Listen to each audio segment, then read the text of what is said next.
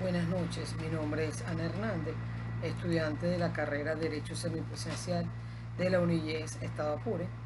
En esta oportunidad cumpliendo con el módulo 2 del subproyecto Medicina Legal impartido por el profesor Rubén Fontainés. Quiero hablarles en este caso de los tipos de quemadura, el reconocimiento de las heridas causadas por armas de fuego y las lesiones por arrollamiento. Cuando hablamos de quemadura, tenemos que tener en cuenta que estas son lesiones resultantes de la acción de agentes físicos, químicos o biológicos, que al actuar sobre los tejidos dan lugar a reacciones locales o generales cuya gravedad está en relación con su extensión y profundidad. Son diversos los agentes que dan lugar a lesiones de este tipo. En este caso podemos nombrar los agentes físicos, que son el calor, la electricidad, calor radiante, radiaciones, agentes químicos como sustancias cáusticas y corrosivas, agentes biológicos, que son los seres vivos, podemos decir que son insectos, medusas, peces y ciertas plantas. ¿Cómo se clasifican las quemaduras? Algunas clínicamente hoy en día siguen empleándose la clasificación de Dupuytren, que establece diferentes grados según la respuesta que se produce en la región quemada. En este sentido, podemos hablar de que existen quemaduras de primer grado, que se denominan externas y consisten en un enrojecimiento de la piel resultante de la vasodilatación local y se acompañan de prurito y dolor por irritación nerviosa. Las quemaduras de segundo grado vienen caracterizadas por presencia de ficteras o vesículas resultantes de la lisoefacción del cuerpo mucoso de la dermis. Hacia este espacio se produce una liberación de histamina y de plasma que reciben la flictena e infiltran los tejidos vecinos, dando el efecto edematoso. Las quemaduras de tercer grado, en ellas existe una destrucción parcial de la piel y originan a su vez las lesiones conocidas como escara.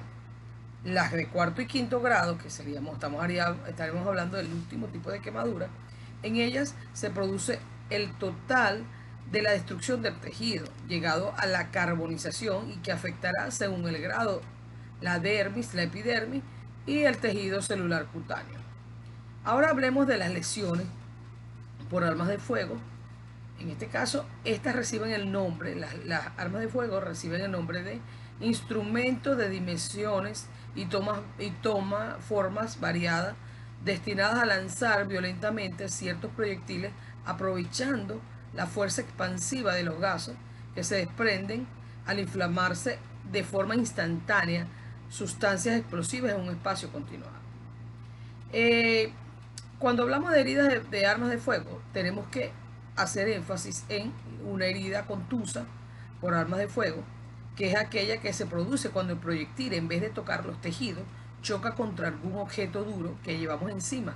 En este caso podríamos hablar cuando se lleva un chaleco antibala o una chapa. También tenemos las heridas en semicanal, que es una herida que se produce cuando el proyectil roza los tejidos tangencial o superficialmente, haciendo una especie de semicanal muy parecido a la herida cortante. Las heridas traspasantes es aquella herida que se produce cuando el proyectil logra un orificio de entrada y uno de salida. Y en el caso de las heridas de fondo ciego, es cuando el proyectil origina únicamente un orificio de entrada y no de salida. En estos casos, es mucho más fácil determinar cuál fue la arma utilizada porque la obija queda dentro del cuerpo.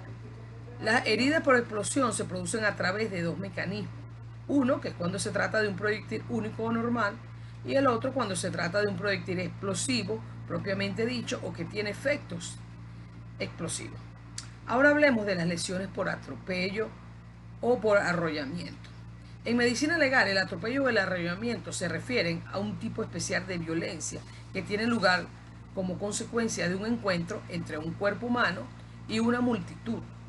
En este caso ponemos un ejemplo que el vehículo o un animal en movimiento.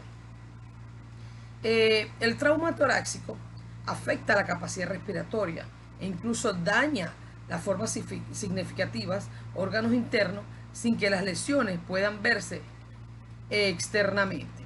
En este caso, Estamos hablando cuando esta lesión es producida por un vehículo, un animal.